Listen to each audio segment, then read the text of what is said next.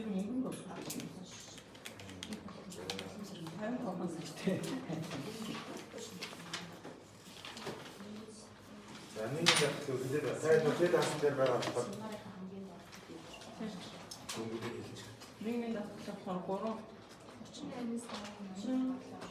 3 сая нэг 38 сая. нийтдээ бодсон тийм юм. 38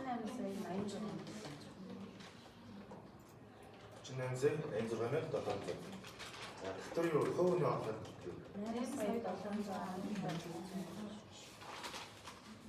8 сая 717. За доторын өөр болохоор аж ахуйн нэгжийн доторын өөр эхний үлдэгдлээ байна. За нэг нийслэлийн мөнгөөр мөнгө өргөс. 52 сая 71,830.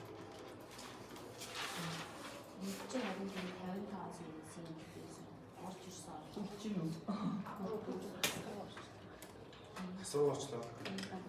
50 сая хүчээс.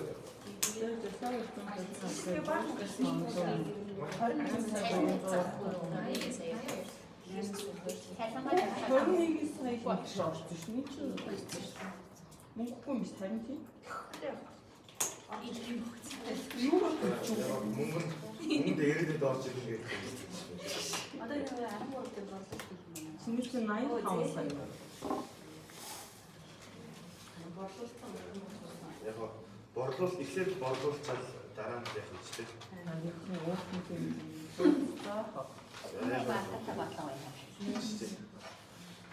Эцсийн мөнгөний үлдэгдэл нь нэмэх гарч ирэх гэж байна.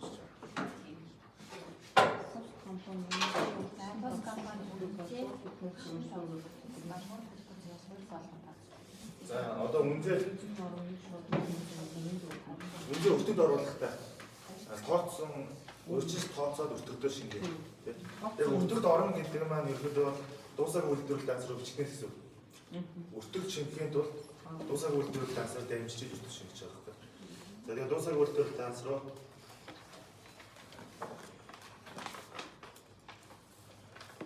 за нэгдүгээр зээх дээр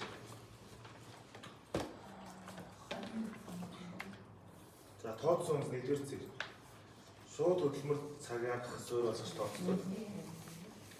Шууд хөдөлмөр цагийн нэг цаг тутамд 24 нь. Нэгдүгээр цаг 20 цаг ялгаад байна. Тийм. За нэгдүгээр цагийн шууд хөдөлмөр гэхээр нэгдүгээр цагийн яг нөгөө үйлдвэрлэлд оролцож байгаа хоёр ажилч байна тийм. Тэнцээгийн мастер хамаахгүй. Яг үйлдвэрлэл явуулж байгаа хоёр ажилчны цаг гэсэн. Нэгдүгээр цагийн шууд хөдөлмөр цаг гэхэд 344 тийм. За 344-ийг 800 лимит. за хоёрдугаар цаг ялгаа байхгүй.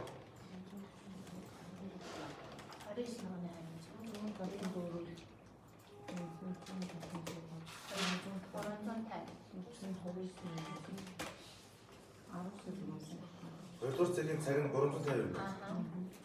350 цагийг 29,800.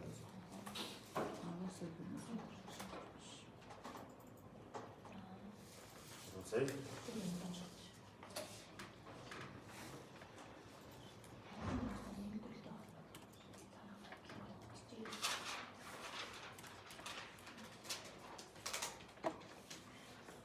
За өсөлттэй.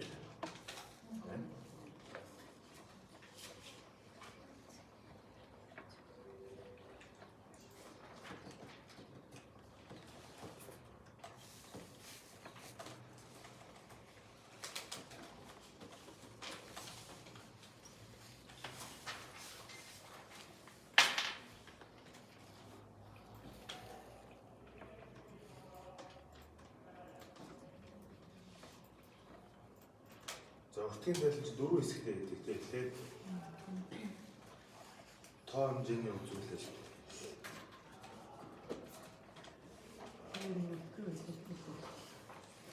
Тоо хэмжээний үзүүлэлт.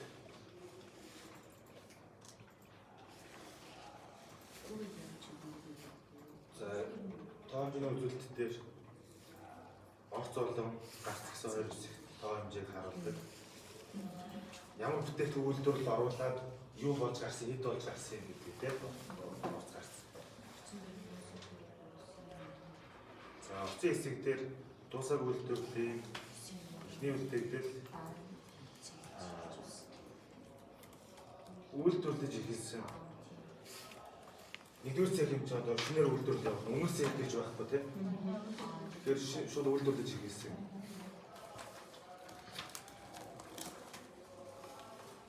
За гарцын хэсэг дээр дуусар үйлдвэрлэлийн эцсийн үлдээгдэл.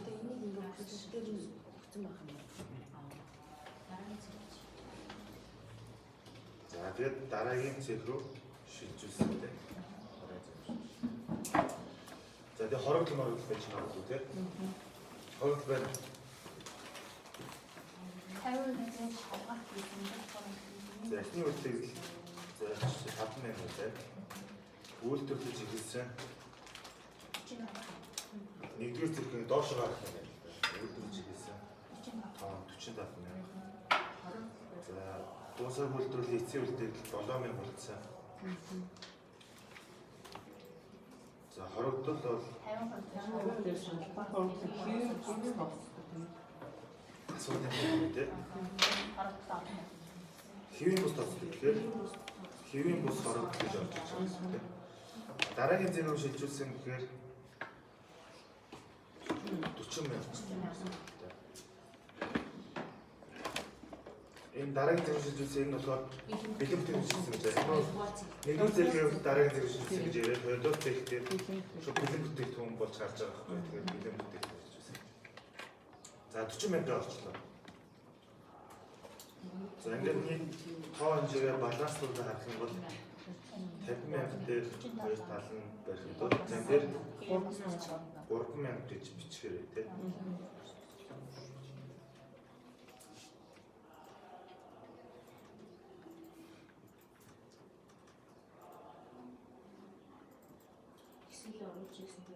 Оруулж.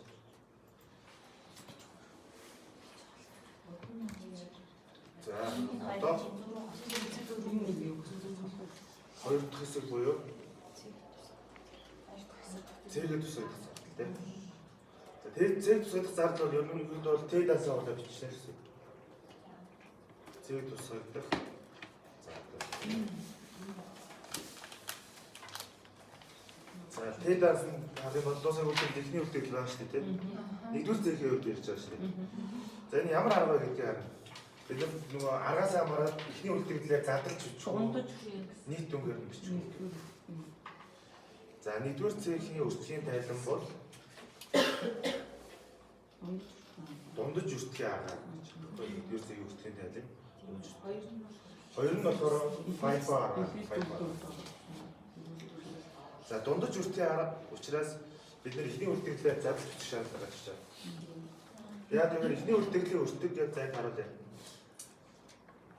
17 сая хойш энэ чинь тодорхой хэмжээний материал зарцуулсан байгаа, тодорхой хэмжээний хөдөлмөр зарцуулсан байгаа байхгүй.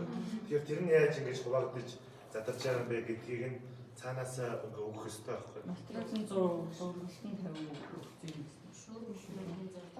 Тэр эхний үлдэгдлийн өртөг гээд 17 сая шүү дээ тийм.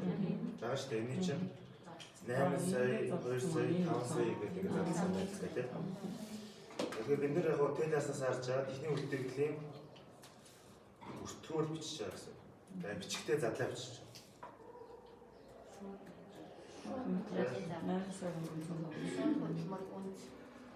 8 сая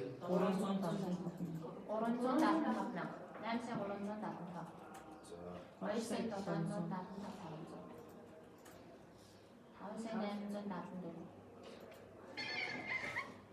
За ингэ болчихлоо тийм. За нэг ихний үлдэгдлийн өртөг. За одоо тайлбарт үеийн үйлдвэрлэлийн өртөг буюу энэ хугацаанд бид нар чинь сарын хугацаа шүү дээ. Энэ сарын хугацаанд яг нэгдүгээр цэг рүү үйлдвэрлэл шинээр нэмэгдэж гарсан зардал гэсэн үг байхгүй. Тэгээ тэд асал харчих гэж байна. За тэд асаа хараад эхнээс тоонууд айлаад өч. 125,000. 6 сая 8. За дараа нь хэдийн тоо? 6 сая 880. 880. Аха. 850. Тэ даасныхаа нөө дебитад ингээ 3 тоо байгаа юм байна тэ бичигдсэн ажлууд бичигдсэн. За тэгээ энэ чи юу 27-аас чи түүхийд материал байх тэ зарцуулсан санагдаж байна. 28 сая юу? 28 сая тэ. Тийм. Материал гэж явуулсан. Нэгдүгээр цэг рүү А болон Б материалыг ингээ зарцуулсан байна л да. Тэгээ за манагаас авч байгаа гэж хэлэх гээд байна. Зарцуулаад хоёр түүхийд материал зарцуулаад ингээ дуусах үйлдвэрлэлээр 28 саяг бичсэн байгаа шүү дээ. За тийм 28 сая чи өөрөө шууд материалыг зарласан. За энэ 6 сая 880 чинь шууд хөдөлмөр байна. Тийм. Шууд Хангамж хангамж чинь үн захгүй. Хангамж материал чинь үн захгүй. Бид нэр яг дуусаагүй үйлдвэрлэлээр гэдэг дансаар харж байгаа шүү дээ. Ус нь хамаахгүй. За дуусаагүй үйлдвэрлэл тэгээд цалин руу очих юм чинь цалингийн хуваарлт дээр бид нэр дуусаагүй үйлдвэрлэл нэгдүгээр зээл 6 сая энэ бол нөгөө 2 болон 3 дугаартай нэгдүгээр зээл хоёр ажлын цалин байсан шүү дээ. Тэгээд шууд хөдөлмөрийн зардал. За энэ 826 чинь нөгөө тооцсон юм зах. Тооцсон үнс 886 тэгээд дуусаагүй үйлдвэрлэл нэгдүгээр зээл рүү өгсөн.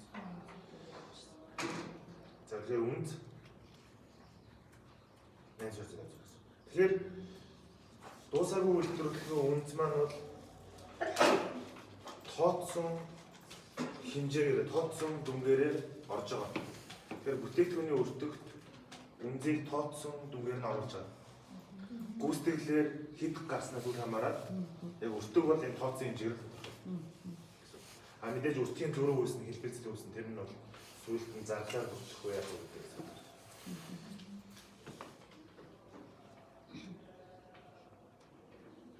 За ингээд цэг төсөл зардал гэдэг бол зүгээр л Т дансныхаа дебит тал бичигдсэн дүнгуудээр хуулж бичиж байгаа маа гэсэн. За 3 дахь хэсэг одоо зардлын хуваарлалт. Одоо ийм гарсан зардлуудаас хэдийн үйлдвэрлэж дуусаад бэлэн болгосон юм. За дахиад 4-р хэсэг дээр эквивалент бүтээгдэхүүн нэмэлт тооцоол. Нэмэлт тооцоол дээр эквивалент Тийг санаад байгаа юм. тийм. Яг дөрвөлж хийж энэ зардлыг хэлэх юм байна.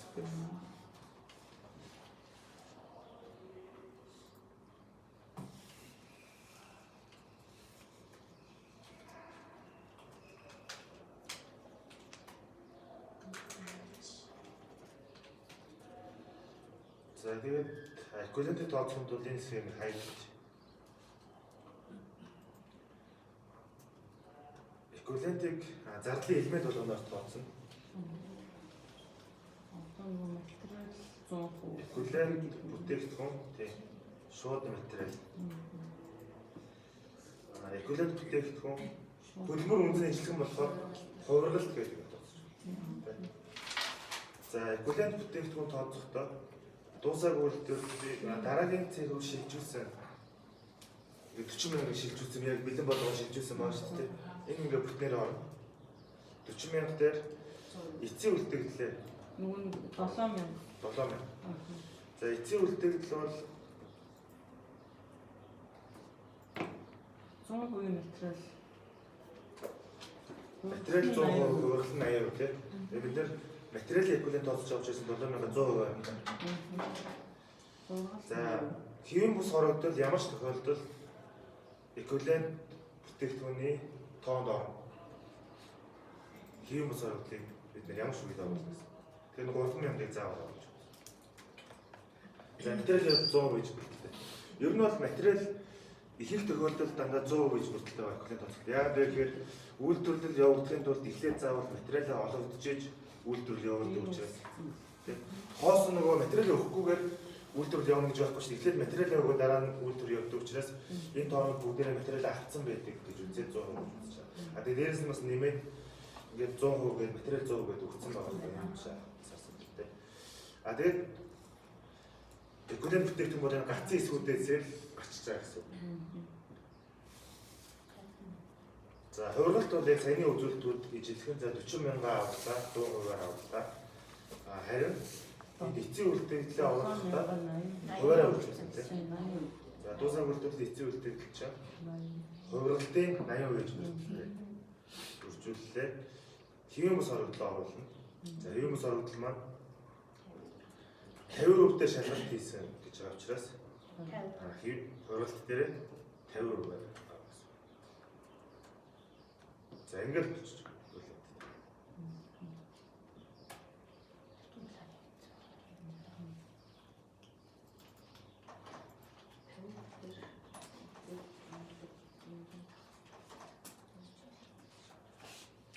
За үргэлжлүүлэх асуух юм байна.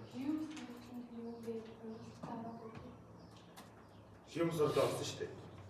70% дээр төвлөрсөн 30% над төлөө 70%. Юу вэ? Одоо энэ хэвмс орлоо 70% дээр шалгалт хийсэн юм. 70%. 70%-аар Яг хэдэн хувь гэдэг хэлбэрээр 130 юм шүү дээ. одоо нөгөө гэнэ гарна. Нөгөө ихний үлдэгдэл дээр явж байгаа. За болсон дээр. За одоо нэгжийн өртгүүдэд тооцох. Нэгжийн өртгүүд бол амархан дундаж өртгийн арга учраас зарлаа дундчлаа гэж байна. Ихний үлдэгдэлд олгогдсон материал бол энэ доор бичиж. Ихний үлдэгдэлд олгогдсон материал 8300 байсан. Тайлбар хугацаанд шинээр зарцуулсан материал бол 28 сая. За ингээд нийт материал ихний үлдэгдэл болон шинээр үйлдвэрлэлтэй холбоотой нийт одоо 30 хэдэн сая чи тийм материал ингээд зарцуулсан байна. Энийний тоо нь болохоор эквивалент тоо тийм 50 мянга. За ингээд нэг зүйл.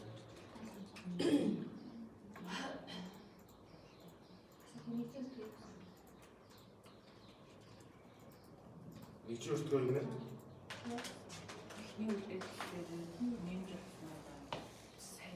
Тэгээ эквивалент материалтай байгаа. хоёр материал ягаад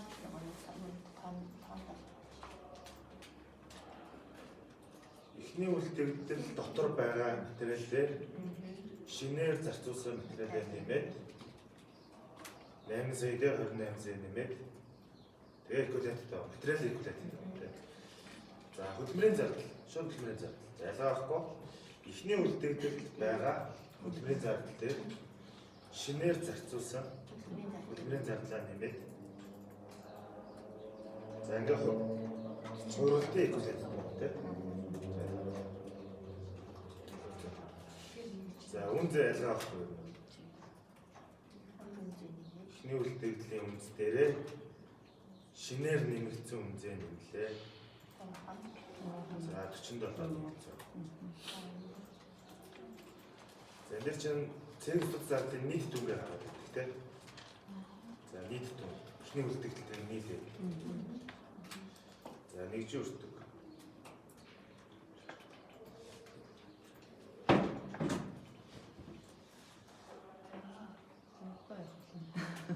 За одоо зардлын хуваарлалт гэдэг дээр эквивалент бүтээгдэхүүний тоонд орсон үзүүлэлт болгон зардал хуваарлал.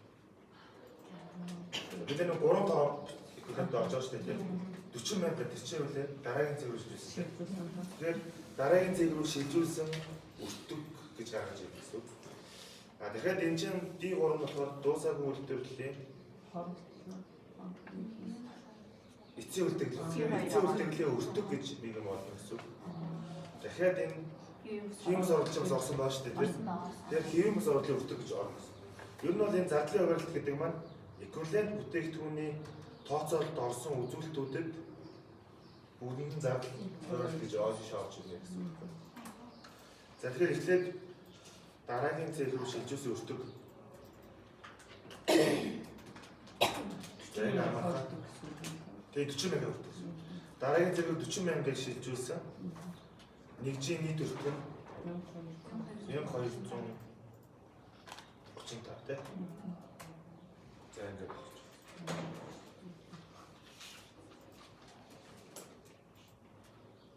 За дуусаагүй үйлдвэрлэлийн эцсийн үлдэгдлийн өртөг.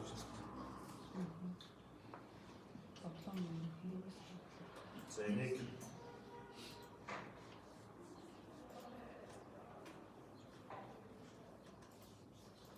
зардлын элементээр ингээд задлаад байна.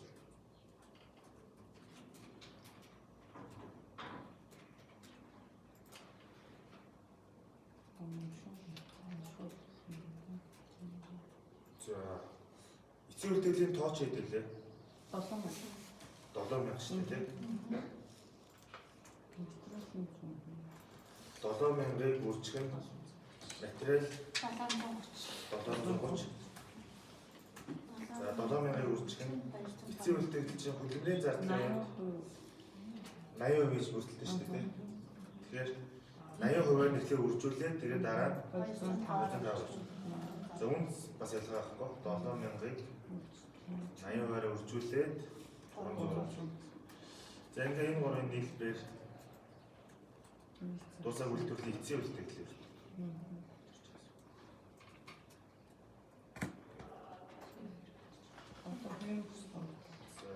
За хэвэн бус ордог.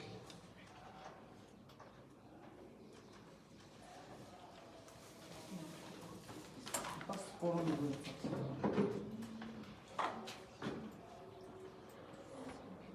За хэвэн бус ордлын өртгөө гаргахдаа тоо 3000 шишг байсан тийм. 3000 шишгийг үржих нь материал 730. За 3000-ыг хөдөлмөр үнээр хувиргал 50% тавьсан. Хөдөлмөр үнс дээрээ 50%-аар үржүүлээд нэгжийн өртгөө явуулж байна.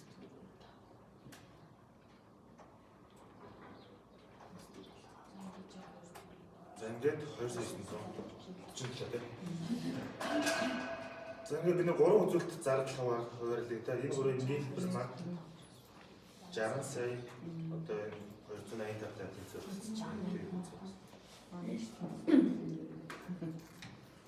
За одоо журнал хийвч.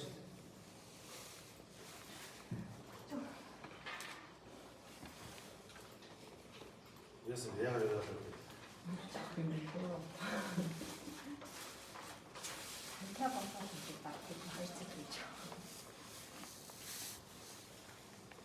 Би жоохон удаагаалаа шүү дээ тайлбарлаа. Яг өөрсдөө бид нэр өөрсдөө судалж юм бодсон. Бодсон. Тайлбар бараг дуусчаад явах. Цаг нь хизээ дуусах юм бол.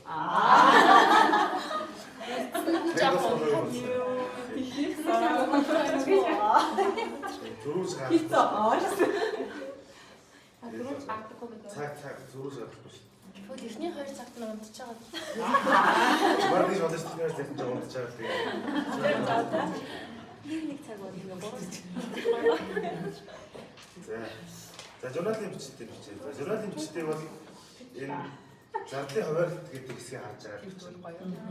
За энэ 1-р цэгээс бэлэн болоод 2-р цэг рүү шилжүүлсэн өртгөн 49 төгрөг зогсов шүү дээ. Тэгэхээр чи 1-р цэгийн дуусаагүй үйлдвэрлэлээс хасаад 2-р цэг рүү шилжүүлнэ гэсэн үг шүү дээ. За дуусаагүй үйлдвэрлэл 1-р цэгээс хаслаа. За 2-р цэгийн дуусаагүй үйлдвэрлэл.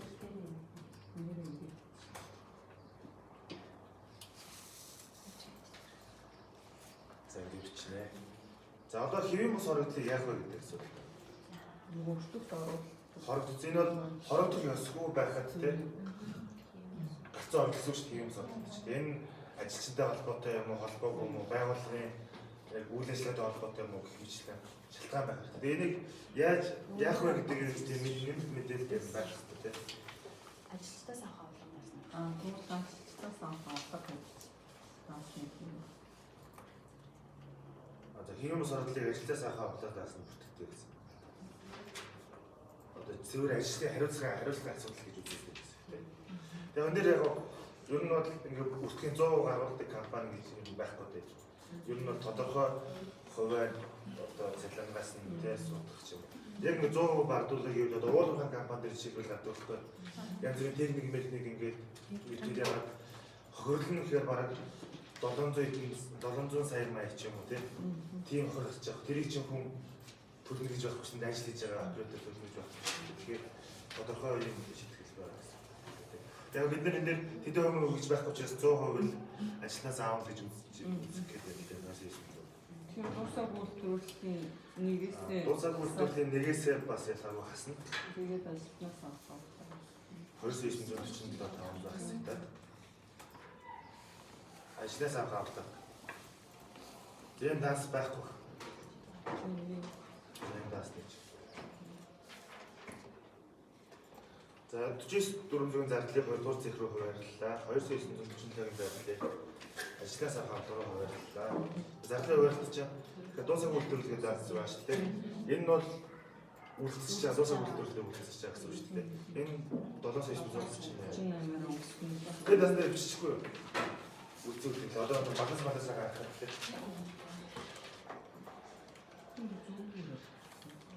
Зөвхөн чинь энэ нь энэ гаргасан гэж байна тийм. Нэмээ хасаад нэг гаргаж.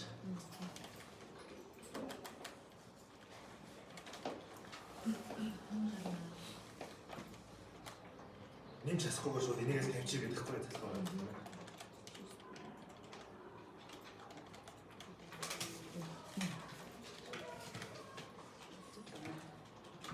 Барахгүй. За. Процент дээр. Одоо яг л хоёрдугаар зэрэг үржээ. Ихэнх үйлдвэрлэл орсон хэлж яа.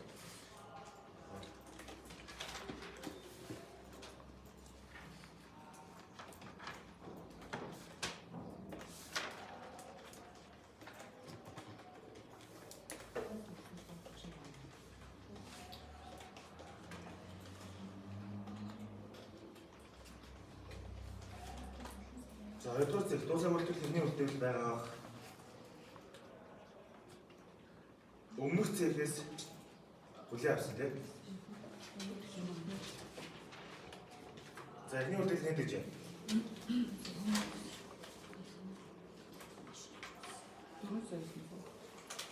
За хоёрдугаар зэргийн дуусаа үйлдвэрлэл эхний үйлдвэрлэл 4 сая.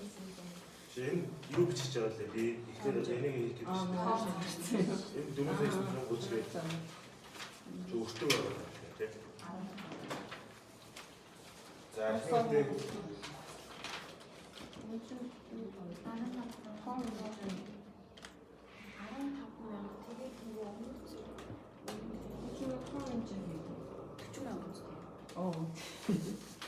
эхний үйлдвэрлэл нь 15,000 шүү дээ. За өмнөх зэрэгээс авсан тоо гэхээр саяны нь 40,000 шүү дээ. Нэгээс хоёрлоо явуулсан 40,000. Энд дээр өмнөх зэрэгээс авсан тоо гэж байна уу?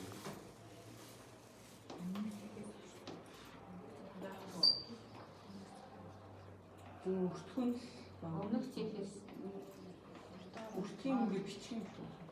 Өмнөх зэрэгээс ирсэн ингээ асар нэмэд байсан юм байна тийм. Тэгээ энэ бол нөгөө нэгээс хоёрлоо явуулж 40,000 гэж тэрийг бичих хэрэгтэй. 40,000. За дуусаа үйлдвэрлэлийн эцсийн үйлдвэрлэл 8,000. За дараагийн бэлэн бүтээгдэхүүн шилжүүлсэн. Хоёрдугаар зэрэг бэлэн бүтээгдэхүүн 45,000. За ингээ нийт 55,000 болчихлоо. Тэгэхээр зүүн гарч хэвээр оруулалтаа гэсэн. Бүх зүгээ 30% дээр шалгалт тэгээ хэвээр оруулалтаа. 2,000 гэдэг тийм. Зүүн 2,000. Хэвээр шүү гэсэн. За хэвээр. За окей.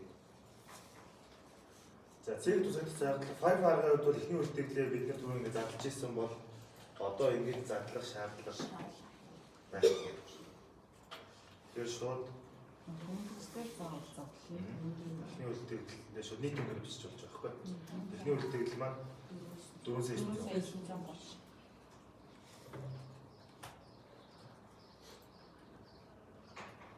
За тэгээ тайланд үеийн үйлдвэрлэл өртөг гэдэг тэд ансаад хуулчих гэж байгаа юм тийм. За тоонуудаа хэлээд байгаа. Синийг болчихлээ. 18-аас 240. 40,000. Энэ нь шууд хэллийн зардал байгаа.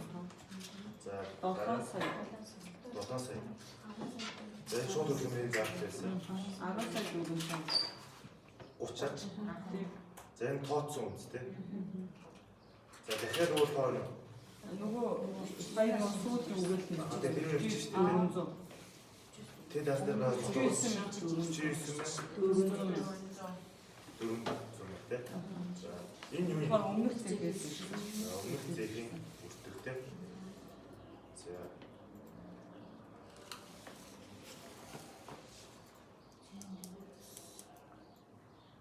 За ингээд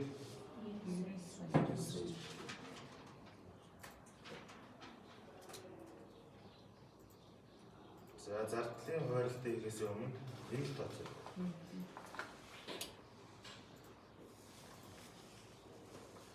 За нэмэлт тооцоо одоо эквивалент гэж явж байгаа өөр байна. Тэгээ энэ сэт шаарч байгаа. Эквивалент бүтээгдэхүүн тооцоод бол дандаа энэ гацын хэсгээс гарна. За материал 45 мянга оруулаа. Энэ гол 45 мянга оруулаа. Нэмэх нь эцсийн үлдээгдэл 8 мянга оруулаа. За хэвээ оруулалт орохгүй юу гэдэг дээр яригдана. Явцад төгсөлтөө гэж байдаг байхгүй. Хэвийн бос бол бид нэр ямар ч тохиолдолд оруулна гэдэг байхгүй. Бид нэр дөрөв өмнөх зэг нэгдүгээр зэг бол хэвийн бостой гэсэн учраас ямар ч юм. Хэвийн оруулалт бид нэр явцад төгсөлтөө гэж харах хэрэгтэй. Шалгалт хийж байгаа хувь 30% шалгалт хийдэг. Энийг эцсийн үлдэгдэлээр хэвцүүлээд материал нь 50, хуурамчны 50 үлдэгдэлээр явцад гэсэн үг. эцсийн үлдэгдэлээр хэвцүүлээд эцсийн үлдэгдлийн хувьас хордлын бага байх юм бол явцад гэж. Их байх юм бол төгсгөл. Тэгээд төгсгөлийг оруулна. За 50%-аас бага байгаа учраас тийм явцад гэж.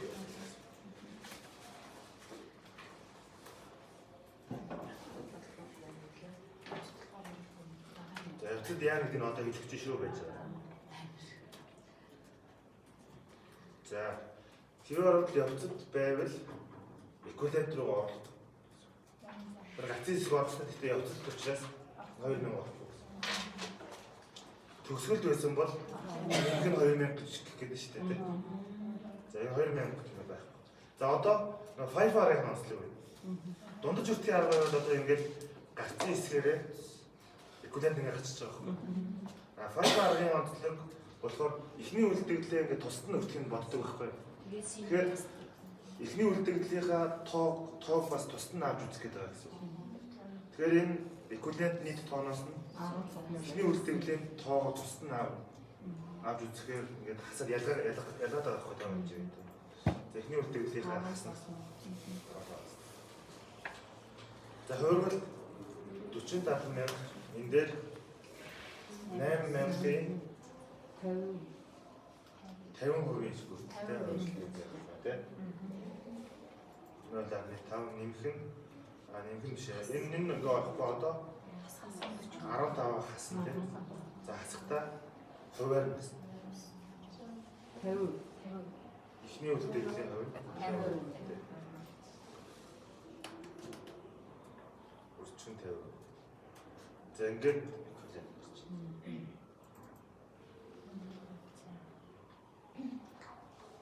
тэгэхээр хоёр аргын ялгаа нь эквиваленттэй тооцох дээр эхний үлдэгдлээ хасахгүй байх хоёр арга.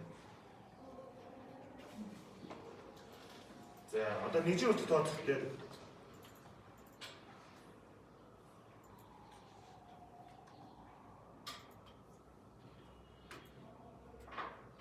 бид нар дундаж үртгийн аргыг 4930-ыг дотор нь зардлаад тэгээд энд байгаа зардлаа энэ доотлын зардалтайгаар нэмээд дундчаар хуваалцсан. Одоо шууд зардлаа аваа. 18,240 38 даа. 7 сая 41 тоо. 10 сая 441 тоо. За тэгээд өмнөх зэгээс шийдсэн тийм.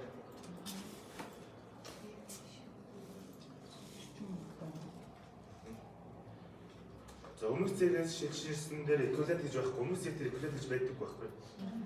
Тэгээд 49,400 шүү дээ тийм. Эний тоо нэг дээ 49. 40 мянга шүү дээ. Тэгэхээр нэгжийн өртгөн бол 1230 байгуулж байна. Тэгээд энэ дээр нэг онцлог нь бид нэр хэв оруулалт явцад гэж үзэж байгаа учраас эквивалентээр оруулаагүй шүү дээ тийм. Тэгээ хаашаа оруулах вэ гэхээр энэ өмнөх цэгийн тооноосоо хасчихдаг. Явцад хэв оруулалт илэрнэ гэдэг чинь ер нь бол өмнөх цэгээс эрэхтэй хорогдоод ирцэл гэж үзэж байгаа байхгүй. Өмнөх цэгээс 40 гарсан. Гэхдээ яг хоёр дээр эрэхтэй 38 ирсэн юм шиг л үзэж байгаа гэсэн үг. Тэгэхээр 38 буугаад өмнөх цэгийн одоо нэгжийн өртгөн залруулсан нэгжийн өртгөн гэдэг. Энэ гурав. Энэ нэгдүгээр цэг дээр бол нэгжийн өртгөн маань 1235 гэсэн шүү дээ. Тэгээд яг хоёрдугаар цэг дээр хэвээр оруулаад хорогдсон учраас ингээд нэгжийн өртгөн өсчихсөн. За ингээд нийт нэгжийн өртгөн 2200 гарч байна. Одоо зардлаа.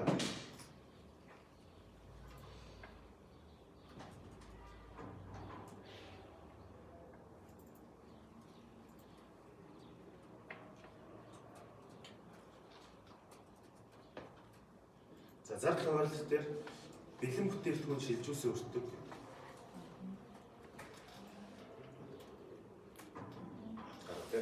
За энэ маань 5 гараа гэдэг чинь эхлээ бид нэр эхний үлдэгдэл байснаа эхлээд үйлдвэрлэл дуусгачих. Тэгээд дараа шинээр үйлдвэрлэл явуулах гэсэн үг. Тэгэхээр эхний үлдэгдлийн өртөг гэдэг байна. За энэ чинь 4,930 байна. Тэгээ юм хэрэгтэй байна. За тэгээд эхний дуусаагүй үйлдвэрлэл гэдэг чинь өөрөө үйлдвэрлэж дуусаагүй байсан шүү дээ тийм. Үйлдвэрлэлийн үйлдвэрлэл чинь юу дутуу байсан юм? 50%. За материалаа бол бүгдийг авцсан байна шүү дээ тийм. Тэгэхээр хөрвөлд 50% нэмж зарцуулбал дуусаагүй үйлдвэрлэлийн үйлдвэрлэл чинь яг бэлэн болно. Тэгэхээр дутуу байгаа юм байна. За тэгээд тэрийг бид нэр гүйцээх хүртдэг биш үү? Гүйцээх хүртдэг. За хэдэн мянга үлээ? 15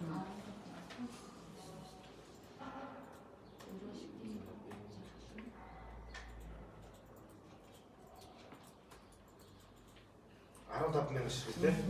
А тэгээ хөрөлтийн зардал дутуу 50% хөрөлтийн зардал дутуу. Хөрөлтийн нэгжийн өртгөн. За ингээд нийлбэр гэж 429 тийм. За ингээд гүйцээг өртөг. За энэ 4,930 мянга чи хэдэн ширхэг бүтээгдэхүүн өртөг юм?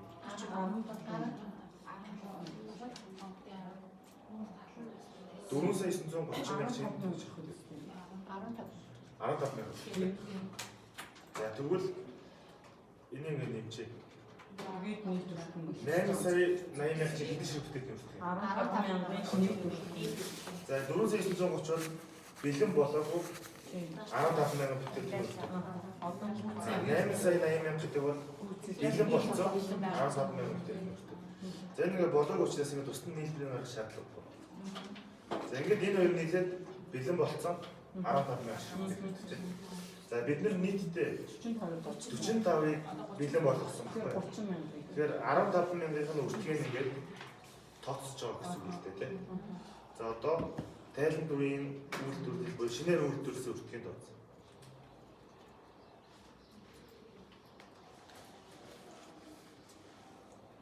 Тайлан дүрийн үйлдвэрлэсэн бүтээгдэхүүн өртөг тийм.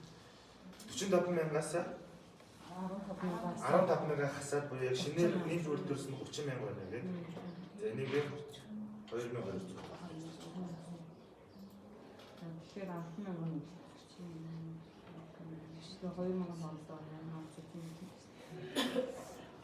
За тэгээд нийтдээ 45 мянгаыг бэлэн болгосон шүү дээ тийм. 45 бэлэн болгосон шүү дээ. Тэрний өртөг нь 74 сая 80 мянга гэсэн үг тийм. За одоо дуусаагүй үйлдвэрлэлийн эцсийн үйлдвэрлэлийн өртөг дахиад тэгэл болчихж байгаа.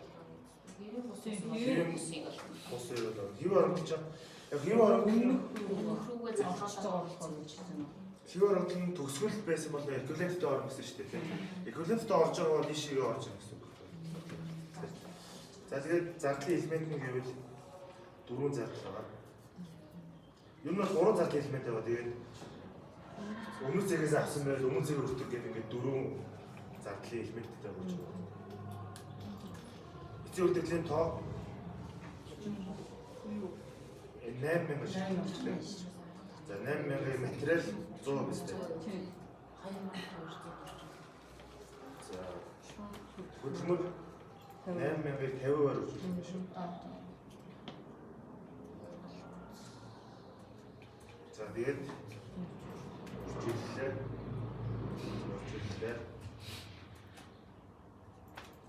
Өмнө зэрэг дээр ямар нэг хөв байхгүй. 8,000-ыг 1,300.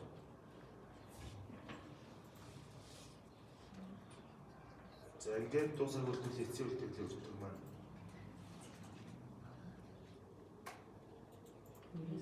Yes. 15 эцсийн үйлдэл 15 сая. Нийлээд ирсэн.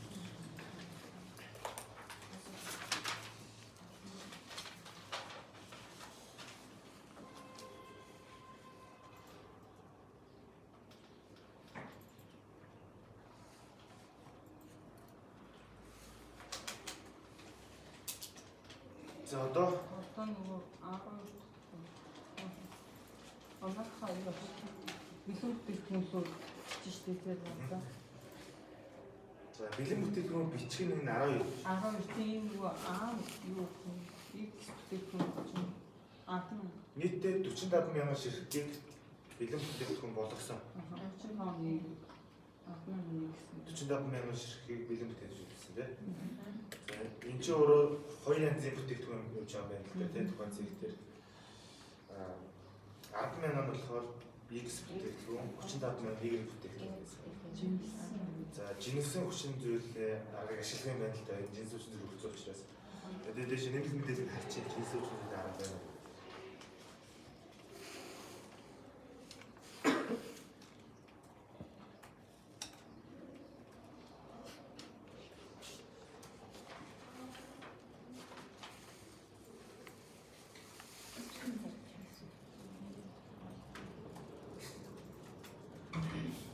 Тийм мэдээлэл хамсарсан зардлыг жинсэн хүчин зүйлээ арга хуваарлаа тийм. За жинсэн хүчин зүйлийн арга гэхээр эхлээд тоонуудаа бичдэг. 10,000 болов гэсэн. тийм. Нэг Гүтсэн хоо. Тэгэхээр яагаад жинлж ийнө гэхээр нэг ширхэг X чинь нэг Y-тэй тэнцэхгүй юм арай өөр юм а тий. Жин одоо юуны хувьд ч юм уу тий. Одоо самлааны хувьд ч юм уу одоо арай өөр юм а гэдэг утгаараа тоо хэмжээг нь одоо юугийн чанарын тэнцвэрлэхийн тулд жинсэрч төлөж байна. За X-ийн X гэх үү X гэх үү X гэдэг тий. За X-ийн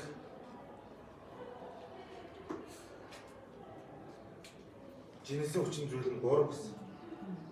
Тэгэхээр 10,000-ыг 3 төрж. За Y-ийн жинсэн хүчин зүйл нь 2 гэсэн. Тэгэхээр 2 орж. Жинсэн хүчин зүйл үржүүлээд жинсэн тоо байна. За ингээд жинсэн тоо буюу яг чанарын тэнцвэрсэн тоог гаргачих байгаа байхгүй. Тэгэхээр 30,000 70,000. Тэр ер нь 70-30 гэж хуваарлах юм гэсэн үг л дээ тий. Тэгээ хуваарлахдаа яг нийтдээ хуваарлах дүрмний хэдэн 45,000 хуваарлах дүрмний хэдэн. За энэ дээр эндээс харж байгаа. Хуваарлах дүрм.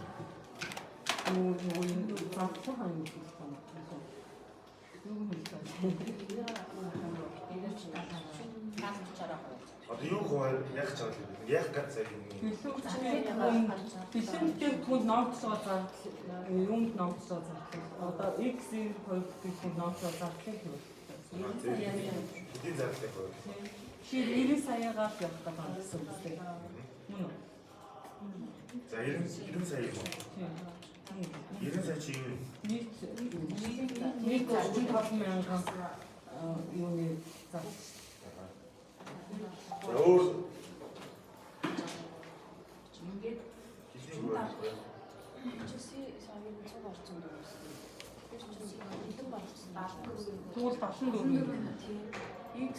За бэлэн бүтээгдэхүүн шилжүүлснээр 74 сая 80 мянган. бэлэн болгосон тоон тий. Бэлэн болгосон үлдэх нь 74 сая шүү дээ. Бид нэ журнал хэмжтэй гэдэг байхгүй. Дуусар үйлдвэрлэлийн 2 дугаар цехээс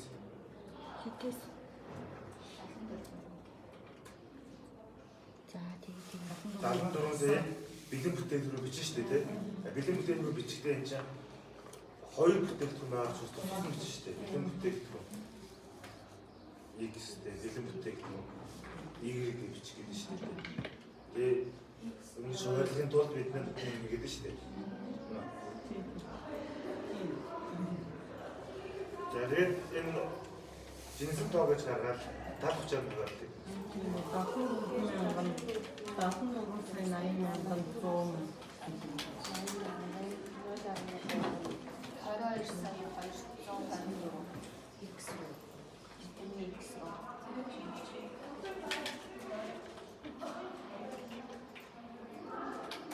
22 сая 254. Зэрэгтэл 51,856.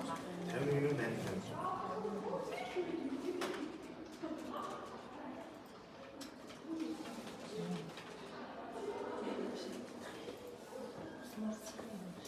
За, өнөөдөр шүү дээ. Ачаахгүй юм нэ. Цэцгэл юм. Би юм оруулж байна.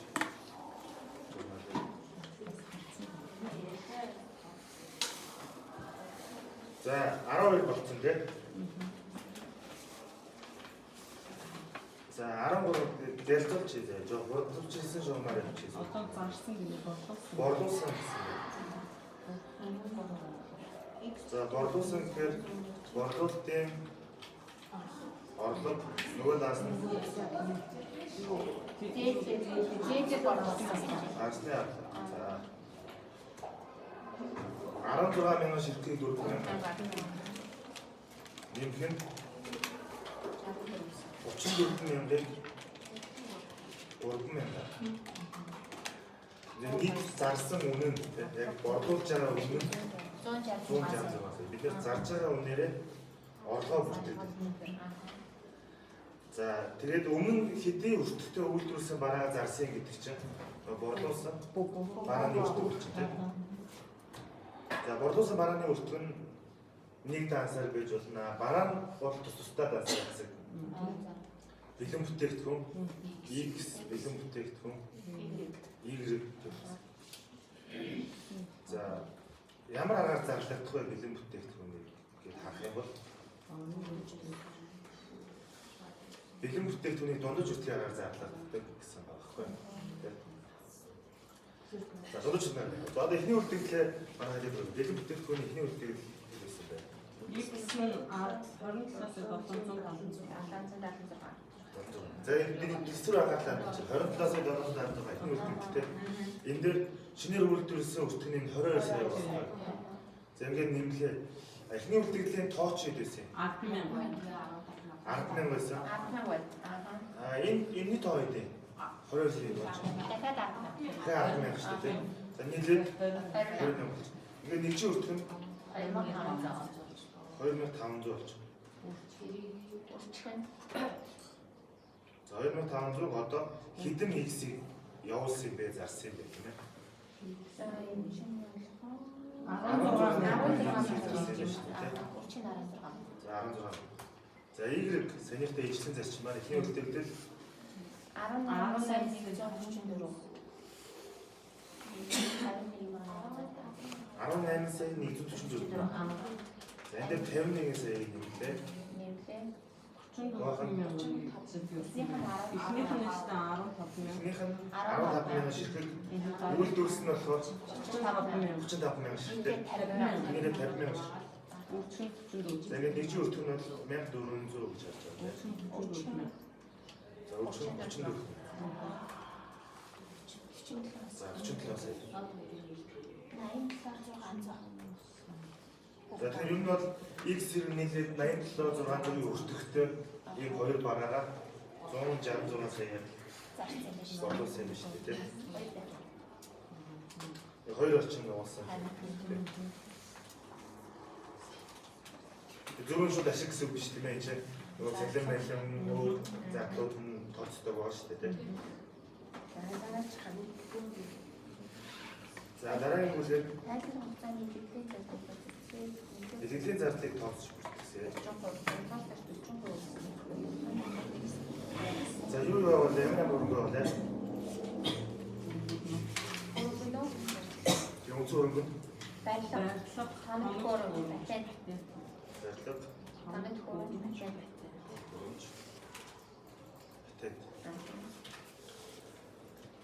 Ажлын хугацаанд 40 жил шугаш. За электрич. Баярлалаа. Шодан шугамд Шугаш хүмүүс Үлдэг өртөгтэй байна тийм. 10 сая. 10 сая үнэ. За 160 сая байлаа. Аа. 10 сая сар чинь 150 сая. 150 сая. Би чинь нэг сарын руу гарч 40 жилдээ сараар тайлан гарч байгаа юм тийм. 480 сартаа хаваач шүү тийм. Сарын хэлэл нь 310.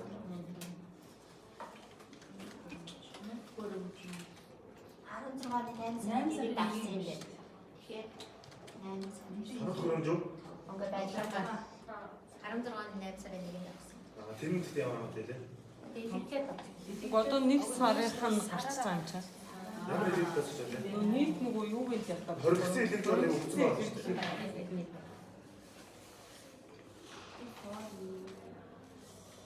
За тоног хөрөнжийг үлдээлийг дахин бууруулах гаргах. Үлдээлийг дахин бууруулах гарч шууд хөрөнгөний даасны өнөөс л тодорч байна. 10 жил бол электрик 20%. Тэгээ нөгөө 200% тогтмол коэффициент авах шүү дээ тийм. Дабл гэдэг утгаараа 200%-ийг ашиглах жилийн 10 жил явцдаа 10 тоолоо жилийн электрик тооцох хувь нь 20% гэсэн үг байхгүй юу? Жил хөрөнгөний байгаа дүнгээсээ 20% нь тооцно гэсэн. Хоног хөрөмж чинь өөрөө 15 сая анхны өртөгтэй эндээс 6 сая 360 хилэгдсэн байсан. Буюу ер нь бол 8 сая 600 жишээ тоног хөрөмж байсан байхгүй юу? Эннийхээ 20% л болж байна. Гэхдээ бүтэн жилдээ 20%. Тэгэхээр бид дахиад нэг 12 туугаа сарын хэлээ. За бэтэн ашигтай явцсан тодорхойгүй гэсэн. Ашигтай явцсан тодорхойгүй бол илэгдүүлэх байна.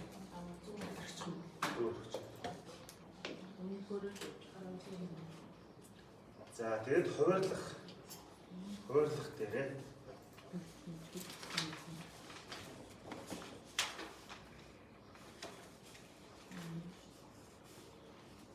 Нэгдүгээр зэрэг 30%.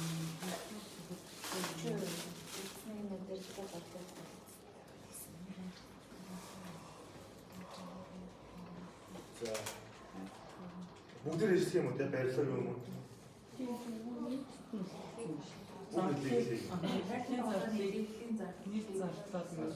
Энэ нөгөө барилга нэг өөр тоног хөрөмжийн жишээлбэл зөвхөн үйлдвэрлэл рүүгээ ч юм уу хойж ажиллаж болно шүү дээ.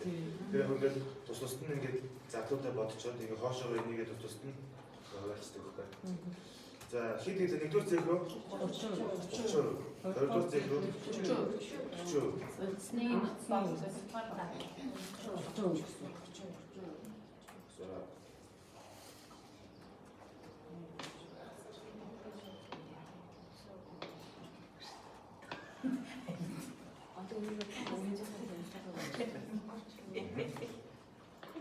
За үнзийн хэрэг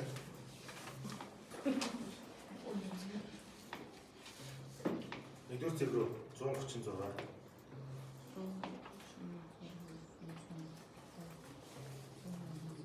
Хоёрдугаар зэрэг рүү 182.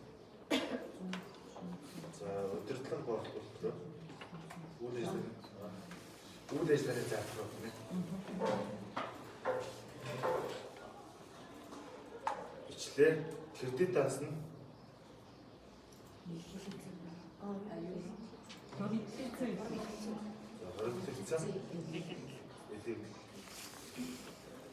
Энийг дасах юм. Онцлог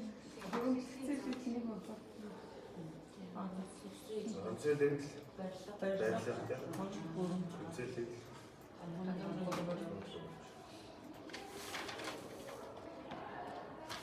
хэд үг байлаа? 312. 12500.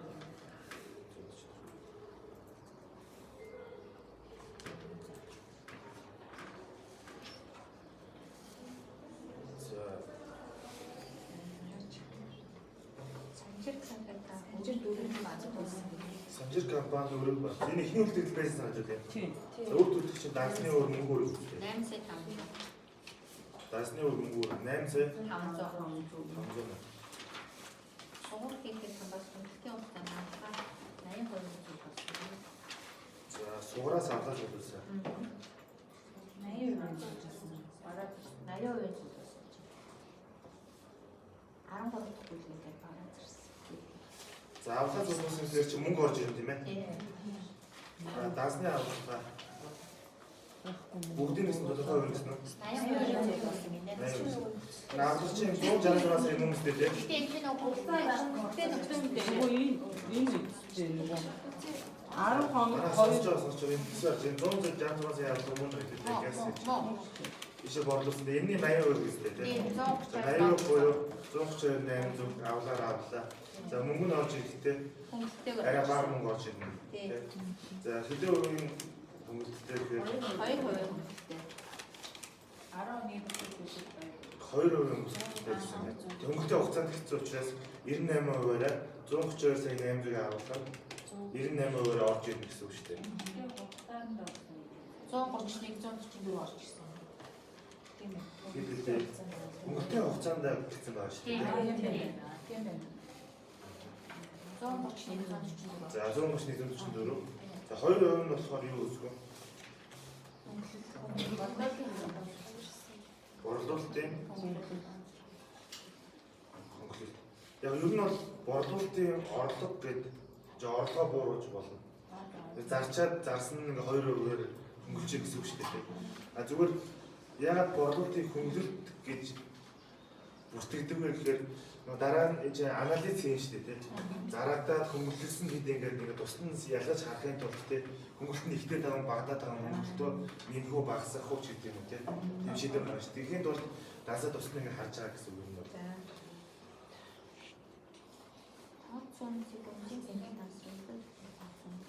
За тооцоо тооцоо үнэлт гэсэн үг тийм. За тооцоо үнэлэх хаад дээр би нэг ихний зээл дээр нь хийгээд өгчээ. Нөгөө зэгэндээ өөрсдөө дараа өгч. Үнэлэх ханаа нэгдүгээр зэрэг гэж байна те. Дахиад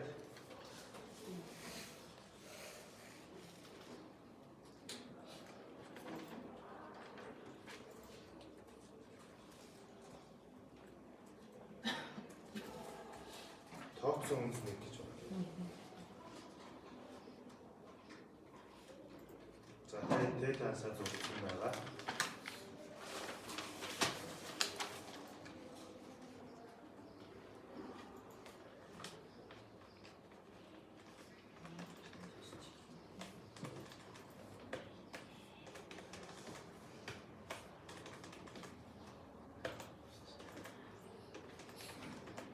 За тооноор хэлээ. 800 1 сая. За үнэн яриад тэгэхээр ингээд тоонууд байгаа шүү дээ. Ингээд дэв талтай тоонууд ингээд өөрчлөгчтэй явцсан байгаа шүү дээ.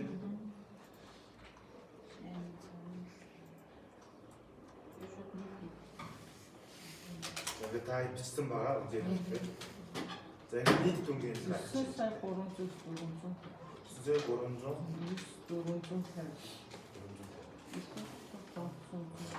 За одоо тооцсон үнэлгээнд энэ кредит талдаа нэг л тоо байгаа болов уу гэж боддог. Тийм 8 сая 256. За эхлээд ингээд тооцсон үнэлгээ хаагаад үнэлгээ рүү хаа. За тэгэхээр тооцсон үнэлгээ дебет талд нь бичнэ шүү дээ тийм. Дебет талд нь хаалаа үнэлгээ хяналтын кредит рүү гэж.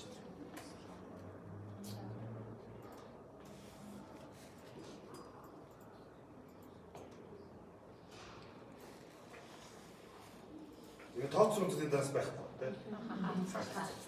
А үнэлгээ хяналт чи өөрөө бас төв даасан. Одоо үнэн хяналт ансаа харсан чинь дээд талдаа 9,300-тай, дээд талдаа 8,200-тай байдаг. Одоо дахиад үнэн хяналтын өөрийг нь хаа гэсэн үг шүү дээ. Тэгэхээр хаана ч дээд хэдэд тэнцвэр гэсэн үг шүү дээ. Тэгэхээр айлтгах нь чинь Тот хоцсон байх шиг. Тэр юм дээр илүү дотор яг гоо тэрийн нэрлэх шаардлага байхгүй шүү дээ. За одоо энэ даасал хаягддаг. дээр сая 53 мянга. За кредит талдаа бичиж тэнд шаардах гэдэг шүү дээ. За сая 53 400. За энийг одоо ямар даас руу хаах уу гэдэг нь бас байх байгаа тийм.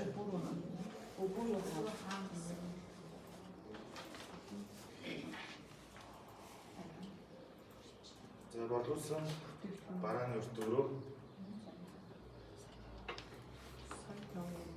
хаан яаж бичиж байгаа вэ?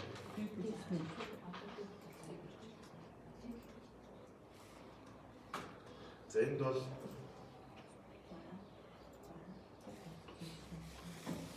энэ 87,600 тоо бичигдсэн байгаа тийм. Ганц л тоо байна. Одоо энэ чинь үнэн хяналтаа хаахтаа кредит авах бичсэн энэ чинь одоо урдсан бүтээгдэхүүний өртгийн дээд тал руу бичнэ гэсэн.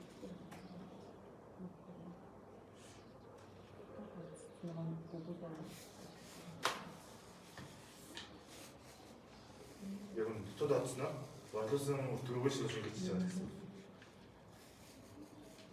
За эсрэгээр тийм магадгүй энэ кредит талдаа 10 сая гэж болно шүү дээ тийм. Тэгэх юм бол дээд талдаа бичигдээд бодлуулсан бүтээгдэхүүний өртгийн кредит руу бичиж болно гэсэн. Хоёрдугаар цаг ямар хаа мэдэхгүй тийм энэ бол тэгж бичиж.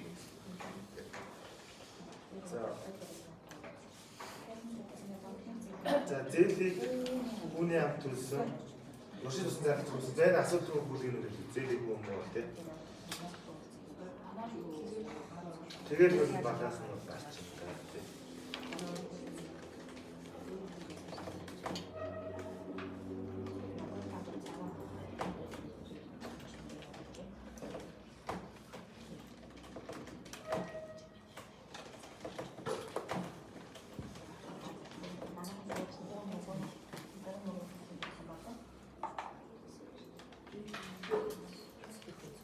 Одоо юу авах вэ тийм. Ямар шиг юм бэ? Чагаа.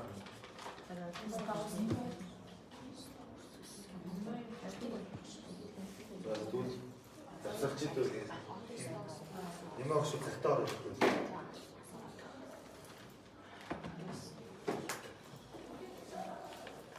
Тэгээд их завсарлах юм яах юм? Энд дамжуулах юм. Баг завсарлыг дамжуулах юм яах? Нэг шиг завсарлах юм уу? Хад амжуулч юм уу?